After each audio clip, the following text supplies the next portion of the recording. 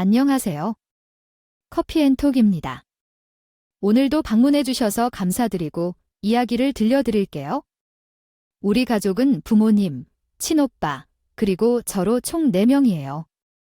제 남편 가족은 조금 더 많아요. 시부모님, 남편의 남동생 2명, 그리고 언니 1명으로 총 6명이에요.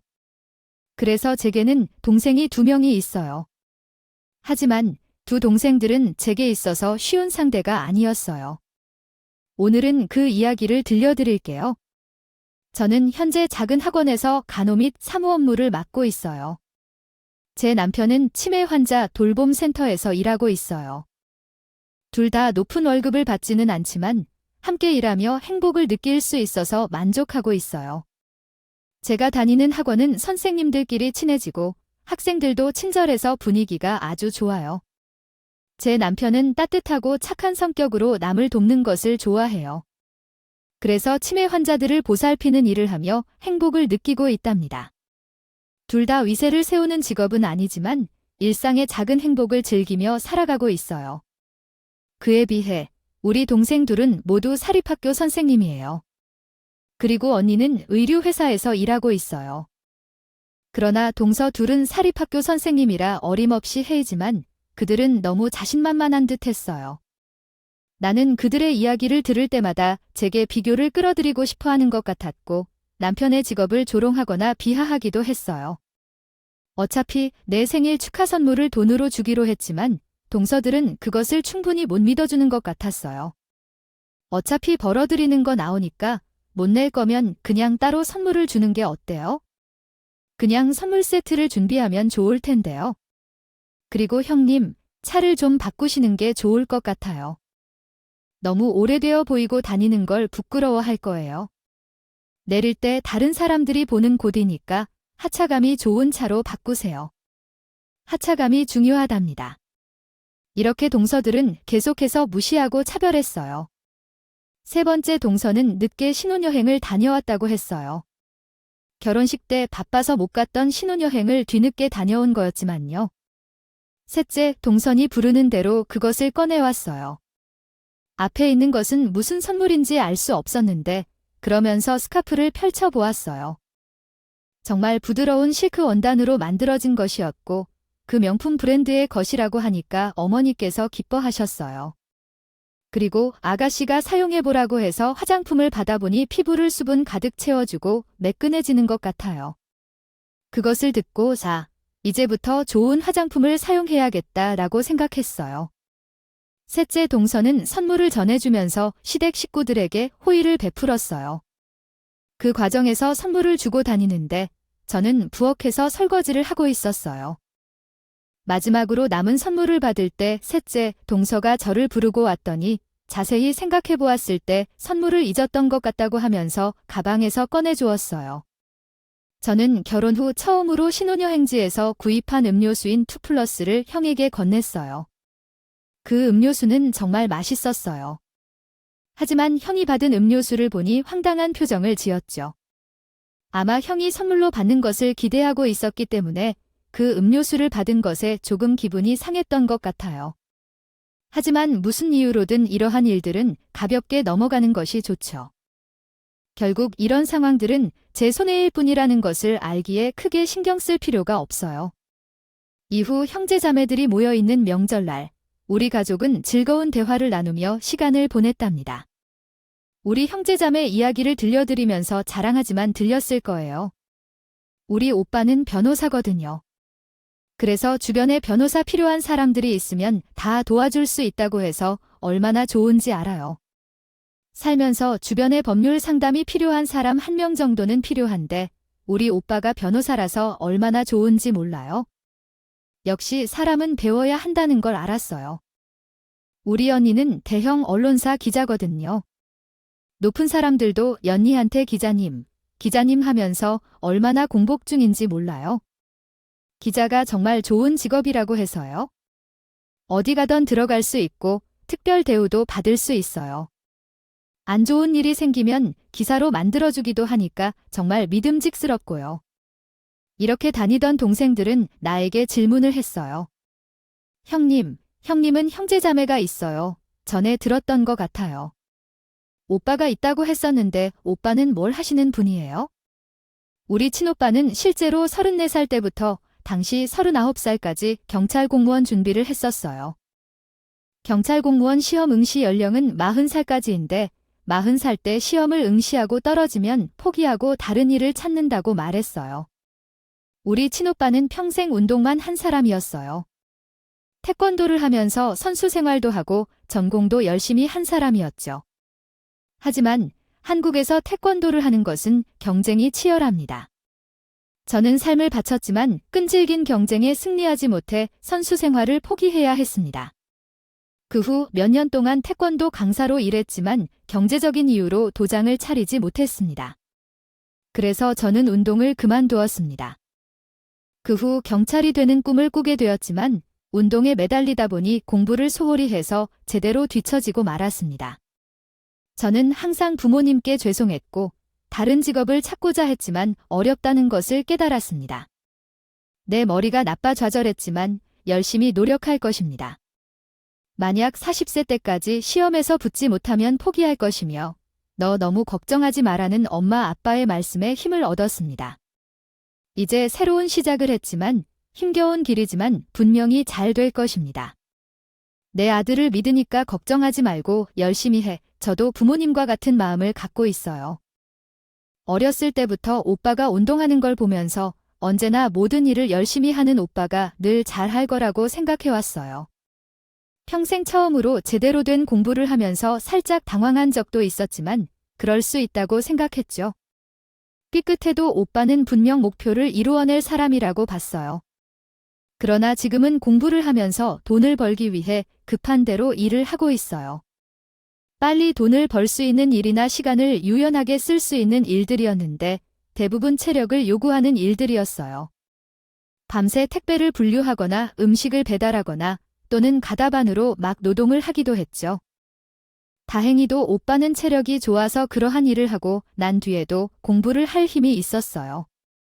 다른 사람들이 볼 때 오빠는 그런 직업 없이 먹고 살고 있는 것 같을지도 모르지만 저는 오빠가 최선을 다해 목표를 향해 가고 있는 모습을 보기에 자랑스럽고 응원했어요. 물론 만약 오빠가 성적이 좋지 않거나 도망치는 것 같다면 때려치우라고 말했을 거예요.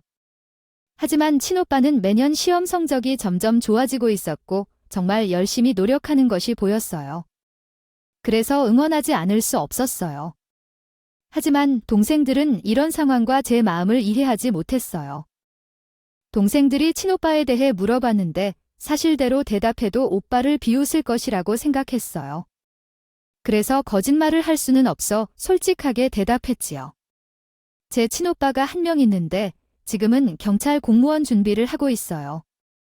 시험 준비를 하면서 여러 활동도 하고 있죠. 이렇게 말씀드렸을 때 동생들은 깜짝 놀라고 매우 놀라해하며 질문을 쏟아냈어요.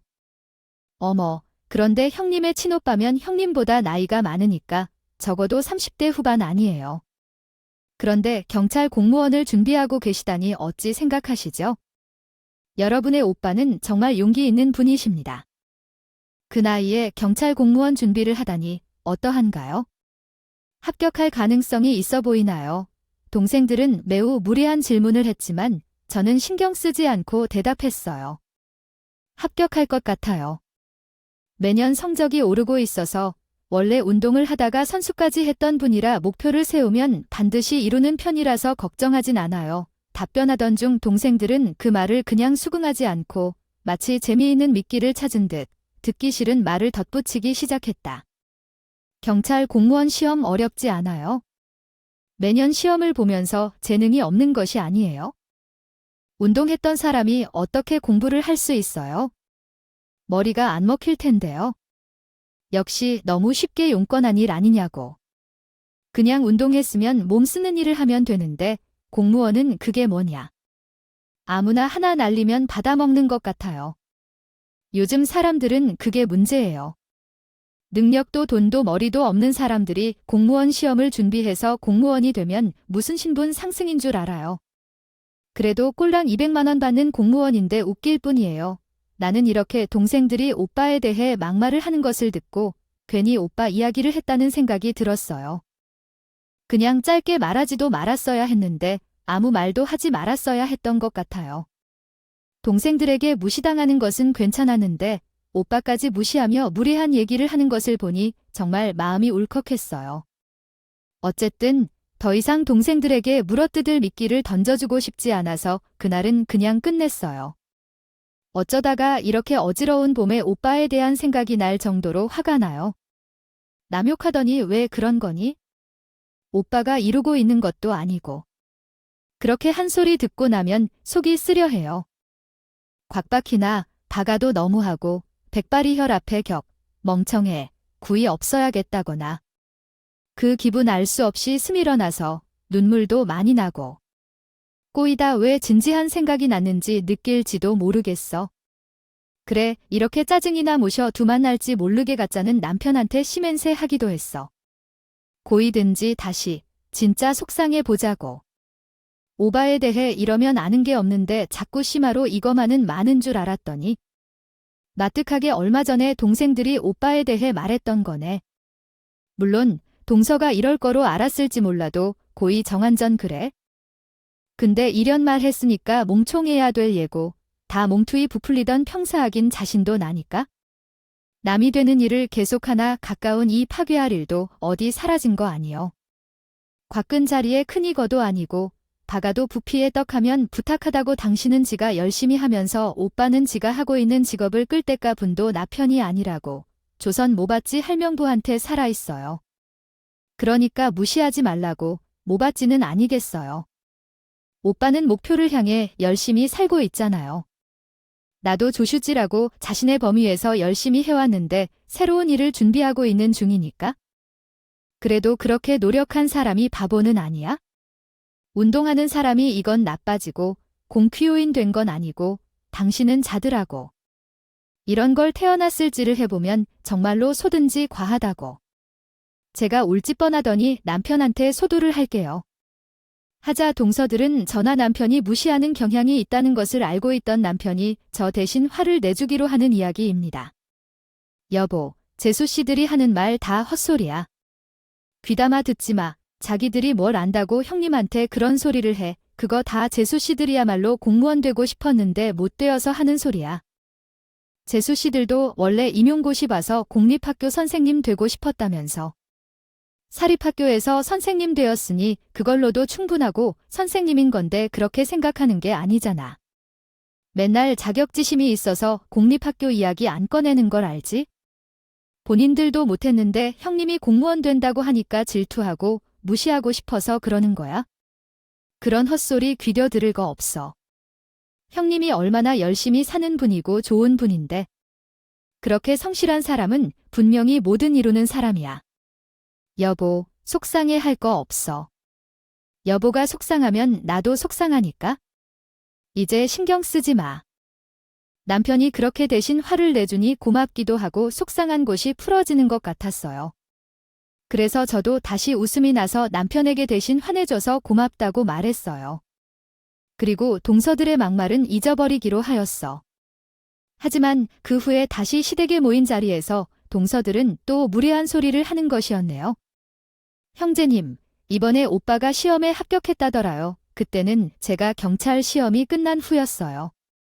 오빠는 이번에도 시험에서 떨어져 마지막 기회만 남았어요. 그래서 속으로는 좀 낙심했을 거지만 오히려 더 단단하게 마지막 시험을 준비하기 시작했어요. 제가 동서들의 반응을 예상해서 대답하고 싶지 않았지만 대답하지 않을 수도 없었어요. 일단 짧게 대답해야 했죠. 이번에도 안 됐네. 아마 다음에는 합격할 것 같아요 라고 웃으며 말했더니 동서들은 다시 신이 나서 떠들기 시작했어요. 보세요. 어렵다고 했잖아요. 평생 운동만 하다가 공무원 시험 합격하기 쉬울 거라고요. 그러니 못 만들이라는데 시험 준비하고 착하다고 붙으면 아무나 공무원이 되나요? 나이 많으면 취직하기 힘든 거 아는데요. 월급도 적고 도의력도 없는데 그냥 오토바이 배달부가 더 낫지 않을까요? 요즘 배달부들 돈을 잘 벌어요. 힘 좋고 운동하는 사람이라면 배달부나 막 간단한 노동을 하면 되나 봐요. 아, 그렇군요. 운동을 했으니 힘이 있겠죠. 배달하다 결혼하면 여자들이 좋아하지 않을까요? 하지만 결혼할 수 있을까요? 학벌도 없고 공무를 하면 돈도 없고 어떻게 결혼을 할까요? 결혼하기 어려워 보였어. 동서들이 무례한 말을 할 거라고 생각했지만 정말 화가 났어요. 내가 참으려고 했지만 이제는 참을 수가 없었어요. 동서들도 놀란 것 같았어요. 시어머니가 오셔서 우리에게 사과하라고 했어요. 함부로 말하지 말라고 배웠지 않아? 이런 식으로 말하면 안 돼요? 되지 말아야 할 실수는 하지 말아야 한다고 주워 담을 수 없는 것이니까 평소 조심해야지. 정확한 사과를 해야지. 시어머니 또한 그날 제 편을 들어주면서 동생들을 혼냈어요. 그러자 동생들도 삐죽거리면서 제게 사과를 했어요. 형님 죄송해요. 다음부터는 함부로 말하지 않을게요. 죄송해요. 형님 속상하셨을 것 같아요. 우리가 죄송합니다. 그렇게 사과를 받고 끝냈지만 여전히 마음이 불편했어요. 오빠에 대해 막말을 한 것에 대해서는 사과를 받았지만 동생들이 전화로 저희 가족을 무시하면서 아무 말이나 해도 된다고 생각하는 것 자체가 화가 났어요. 어쩜 이렇게 남을 무시하지 않고는 못 배기는 사람들일까 싶었어요. 하지만 그냥 저는 동생들에게 기대하지 않기로 했어요. 사람은 바뀌지 않으니까요. 어떤 이유가 되었든 속이 베베 꼬인 사람들이라고 생각하기로 했어요. 그리고 그 다음에 우리는 몇 년 동안 열심히 모은 돈으로 드디어 20평대 아파트를 자가로 구입했어요. 우리 부부에게는 얼마나 중요한지 모르겠어요. 그동안 최대한 절약해서 모은 돈으로 집을 구매했으니 우리에게는 축제였어요.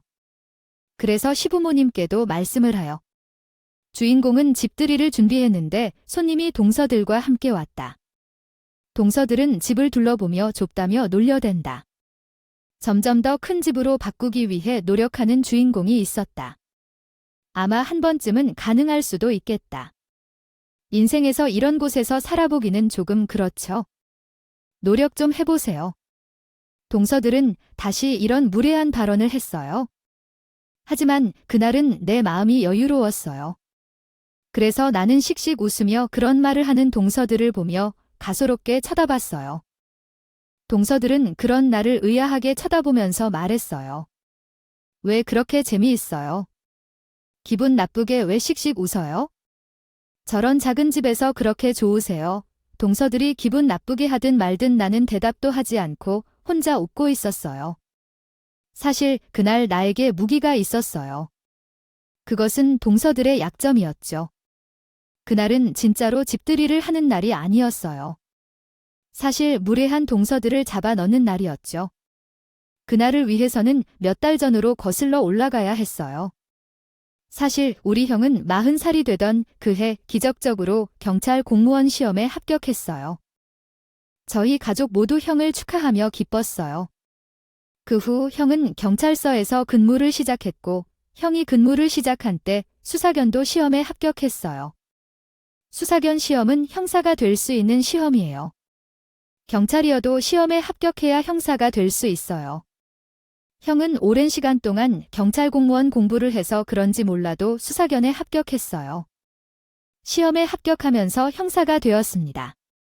저희 가족에게는 겹경사입니다. 그 뒤 형사 추가도 바로 발생했습니다. 그래서 지원했고 안 풀리던 운이 한꺼번에 다 돌아온 것 같아요. 오빠는 바로 형사로 발령받았고 경찰청에서 내부 공고를 보고 경찰로 근무하게 되었습니다. 항상 주시하다가 공고가 나와서 지원했어요. 오빠는 평소 근무 평가가 좋고 태권도를 오래 하다 보니까 무도단증 등을 가지고 있어서 조건들이 다 완벽했었죠. 그래서 바로 지원해서 형사가 되었습니다. 몇 번 고생한 끝에 이뤄낸 목표를 보니까 너무 기뻤어요. 그 다음으로 시작한 수사는 촌지와 관련된 사기 사건이었습니다. 그 중심에는 우연인지 필연인지 동서들이 있었어요. 촌지를 일으킨 사립학교 선생님들 중에 동서들이 포함되어 있었죠. 전애들은 이야기가 대단했습니다. 동서들은 몇 명의 선생님들과 결탁해서 학부모들로부터 촌지를 받았는데 이를 분개한 학부모들이 증거를 입수해 경찰에 신고했습니다. 이 이야기는 학부모들이 어떻게 녹음을 듣고 있을 때 동서들이 촌지를 요구한다는 사건에 대해 설명하고 있습니다. 학부모들 중 한 명이 아들의 성적이 좋지 않다며 다른 학부모들을 통해 돈을 요구하는 상황을 녹음했고, 이러한 행동으로 인해 경찰에 체포되어 조사를 받게 되었습니다. 동서들이 다수의 학부모들로부터 돈을 요구하며 어떤 약속을 어기는 행위를 한 것으로 밝혀져 전체적으로 촌지 사건으로 발전했고, 돈의 요구로 인해 범죄 행위로 신고된 것으로 나타났습니다. 그들을 거셌다고 했어요. 우리 엄마는 그럼 뭔가 새로운 오염물 특성이 있다고 생각한 걸까요? 현재 어찌 돼 가는지, 지난 반년간의 기록이 얼마나 뒤틀렸는지 하나하나 다 들을 참이 없이 우리에게 말을 해줬어요. 오빠도 곧 깨기고 일부만이 따르고 있다는 사실을 알 수 있었어요. 이어 적들은 그 두 사람에게 대해 자세히 질문하고 동의해야 하죠. 해주고 또 더 해주고 또 해주라고만 할 필요는 없는 거요. 얼마나 내가 되고 내가 아닌가 결정해줘야 하거든요. 그렇지 않으면 어찌 되는가 아는 게 더 나아요. 오빠와 그 동료 형사 두 분은 보이고 아는 것만 면치 않고 경쟁에 대해 편파적일 필요도 없죠. 그러니까 방심하지 않고 결정력 있는 조치를 취해야 해요. 동서들이 체포되고 재판을 받게 될 지금 우리 가족도 마음이 아프고 충격을 받고 있어요. 동서들의 부도덕한 행위로 많은 사람이 피해를 입어서 안타깝고 분노스럽지만 우리는 제 멋소리를 멈추지 않고 법적인 대가를 치르라고 이야기하고 싶어요. 이러한 알려진 사실을 높이 존중하고 관심을 지속하는 등 사회에 더 나은 방향을 제시하는데 더 역량을 집중하고 다짐하며 생활해야 해요. 함께 극적인 변화를 이루어 나가기 위해서는 한결같이 노력해 나가야 하는 게 중요한 거예요. 편하게 앉아 마시는 음식들이 먹으면서 저를 무시하며 즐기고 있었어요. 그러니 제가 웃음이 안 나올 수가 없는 것이었어요. 동서들이 한참 먹고 있는데 제가 일어나서 밥을 다 먹고 놀고 있던 동서들의 아이들을 데리고 방으로 들어갔어요. 방에 들어가서 아이들에게는 TV를 틀어주었죠.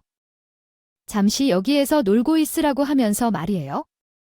아이들에게는 차마 이런 장면까지 보여주고 싶지 않았어요. 그렇게 그 뒤에 안방에 있던 오빠를 불렀어요.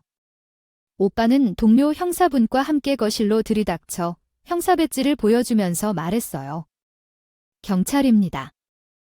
여기 계신 두 분을 촌찜이 자기 혐의로 체포합니다. 그러면서 오빠는 수갑을 꺼내 식탁에 탁하고 내려놓으면서 미란다 원칙을 읊어주었어요. 귀화를 현시각, 촌찜이 자기 혐의로 긴급 체포합니다. 변호사를 선임할 권리가 있으며 변명의 기회가 있고 불리한 진술을 거부할 수 있으며 체포 적부심을 법원에 신청할 수 있습니다. 그러고 나서 오빠와 동료 형사는 동서들의 손목에 수갑을 채웠어요. 그 모습을 보는데 저까지 짜릿하고 통쾌하고 오빠가 너무 멋져 보였어요. 동서들과 시댁 식구들은 모두 깜짝 놀라 어리둥절했어요. 그리고 체포를 당하는 동서들이 소리를 질렀어요. 이게 뭐예요? 뭔가 오해가 있는 것 같은데 저희 그런 사람들 아니에요? 이거 당장 형사님 이야기를 풀어드릴게요. 한국어로 번역하면 다음과 같습니다. 형사님 이야기를 하면 모든 오해를 해소할 수 있어요. 누가 집 안으로 들어와 체포한다는 것은 주거 침입인가요? 그렇게 외치면서도 영장을 소지한 형사인데 주거 침입이 성립되지 않았다면, 무시하는 모습에서 주거 침입을 했다면 형사에게 난리가 나겠죠. 저는 여유롭게 그 모습을 보며 말했어요. 영장을 가져온 형사이지만 주거 침입은 아니라고요. 그 형사가 곧 우리 오빠임을 알게 되었습니다. 그렇게 무시하던 우리 오빠가 형사가 되었답니다. 우연일까, 필연일까 맡은 사건이 바로 도적들의 범인이었네요. 저의 말에 도적들은 빡치면서 형사인 우리 오빠에게 더 이상 대들지 못해 나가면서도 발끈하며 소리쳤어요. 풀려나면 형님은 가만두지 않겠다고. 돈도 없고 백도 없는데 나를 신고해? 금방 푸는걸? 그런 다음 가만 안 하고 우리 오빠가 변호사라고 아무래도 별거 아닌데 이런 것들이 이 난리네. 그런 우리 무혐의 코드가 역삼표 홀려하니? 각오해야죠. 우리 학교 선생님들이 너희보다 더 힘이 있다고. 그렇게 해서 오빠와 동료 형사들은 그렇게 난리를 피우며 소리를 질러대는 동서들을 끌고 집 밖으로 연행해 갔어요. 아이들한테는 이런 모습을 보여주면 안 될 것 같아 아이들을 방 안으로 들여보낸 후 동서들을 체포했던 것인데 동서들은 그런 배려도 생각하지 않고 끝까지 난리였죠. 저는 그래도 그 정도로 동서들을 생각했는데 말이에요. 끝까지 저를 무시하며 난리를 치니 참 사람이 덜 된 인간들이구나 싶었어요. 그리고 역시 그동안 저런 사람들 때문에 속상해 할 필요가 없었구나 하는 생각이 들었죠. 동서들이 자신만만하게 소리쳤던 것과는 달리 그 뒤 동서들의 사건은 크게 터졌어요. 동서들은 조사를 받게 되었는데 신고당했던 내용보다도 더 많은 내용들이 터져나왔죠. 이 내용에 대한 정보를 얻은 기자들이 대서특필할 만한 내용들이었고 동서들은 호언장담했던 것과는 달리 쉽게 풀려날 수가 없었어요. 동서들은 존재를 그렇게 받은 것도 모자라 천지를 받고 그 대가로 행하기로 약속한 것들을 행하지도 않았어요. 그런데 그뿐만 아니라 조사를 해보니 더한 짓들도 한 것이었어요. 학교 행사에서 존재를 받은 것이 아니었죠. 동서들은 촌지를 내는 학부모들만 모아 그룹을 만든 뒤 사적 생활에도 돈을 내게 했더군요. 했어요. 호화로운 식사나 해외여행을 떠나는 것은 물론이고 명품 가방 같은 물건도 종종 받았고요. 돈을 받고 중간고사와 기말고사 문제를 제공했던 것까지 있었어요. 돈을 받고 시험 문제를 팔았던 거예요. 아마 사립학교 교사이기 때문에 그런 악행을 행하는 것이 공립학교보다 쉬웠던 것 같아요. 이 사건은 학교 내에서 큰 파장을 일으켰습니다. 학교는 이 사건을 수습하기 위해 관련 선생님들을 해고했고 학생들도 백수가 되었습니다. 동서들은 불구속 입건되어 조사를 받았고 유죄 판결을 받을 것으로 예상되었지만 그들은 저에게 나를 구해달라고 애원했습니다. 형님, 정말 죄송합니다. 친오빠에게 말해주면 우리를 좀 살려주지 않을까요? 우리가 잘못은 했지만 이 정도까지 잘못한 건 아니잖아요. 누군가의 돈을 훔치지도 않았잖아요. 그런데도 그렇게 말씀하시는 거죠? 우리를 무시하신 거라면 죄송합니다. 한 번만 제대로 대해주세요. 가족끼리 이런 정도 부탁을 드리는 건 좀 과하다고 생각합니다. 그러나 우리가 말했던 대로 잘해드렸으니까 도와주는 게 어떨까요? 하지만 제가 받아들일 수 있는 건 아니에요. 이러는 게 우리 책임인 것 같아. 하지만 마지막으로 한 번 출석을 하면 끝이라고요. 그러니 좀 도와주셨으면 좋겠어요. 돈. 아니면 집을 치른 오빠를 설득해서 우리가 무혐의로 비처분하게끔 해주시면 우리 집 정보를 알려드릴게요.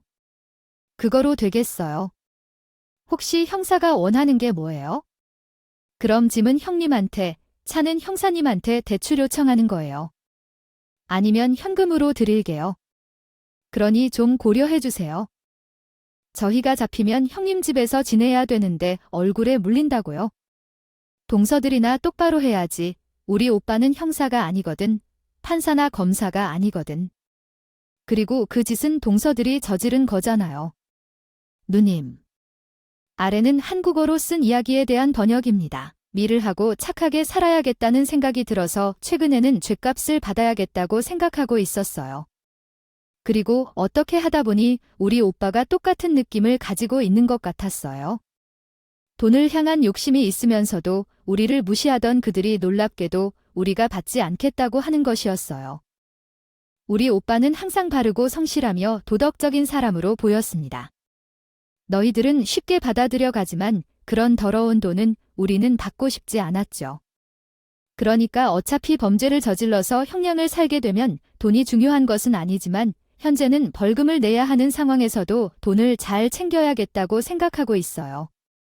그래서 동서들을 집에서 쫓아내고 우리 오빠가 그들을 처벌한다는 것이 완전히 옳다고 생각했습니다. 결국 동서들은 자신들의 범행으로 징역을 선고받게 되었고 피해 보상금을 주고 저희와 거래하려 했던 집도 벌금을 내면서 사라졌습니다. 나쁜 짓을 하면 결국 벌을 받게 되는 법칙이라고 생각해요. 저주받은 사람들은 제가 서먹히는 동안 내 남편과 내 오빠를 무시하느라 바빴구만. 그 생각이 들긴 했어요. 제가 받은 상처들, 상처받을 일 아니었대요. 그게 바로 동서들이 나쁜 사람들이었다는 건가요? 그래서 그런 사고를 겪고 나니 결국 세상은 바르고 성실한 사람들이 인정받는 곳인가 봐요. 동서들처럼 사람들은 더 이상 가까이 두지 않을 거예요. 여러분도 주변엔 좋은 사람들, 좋은 인연들만 있길 바래요. 항상 들어줘서 고마워요. 오늘은 여기까지입니다. 함께 해줘서 고마워요. 다음 영상에서 만나요.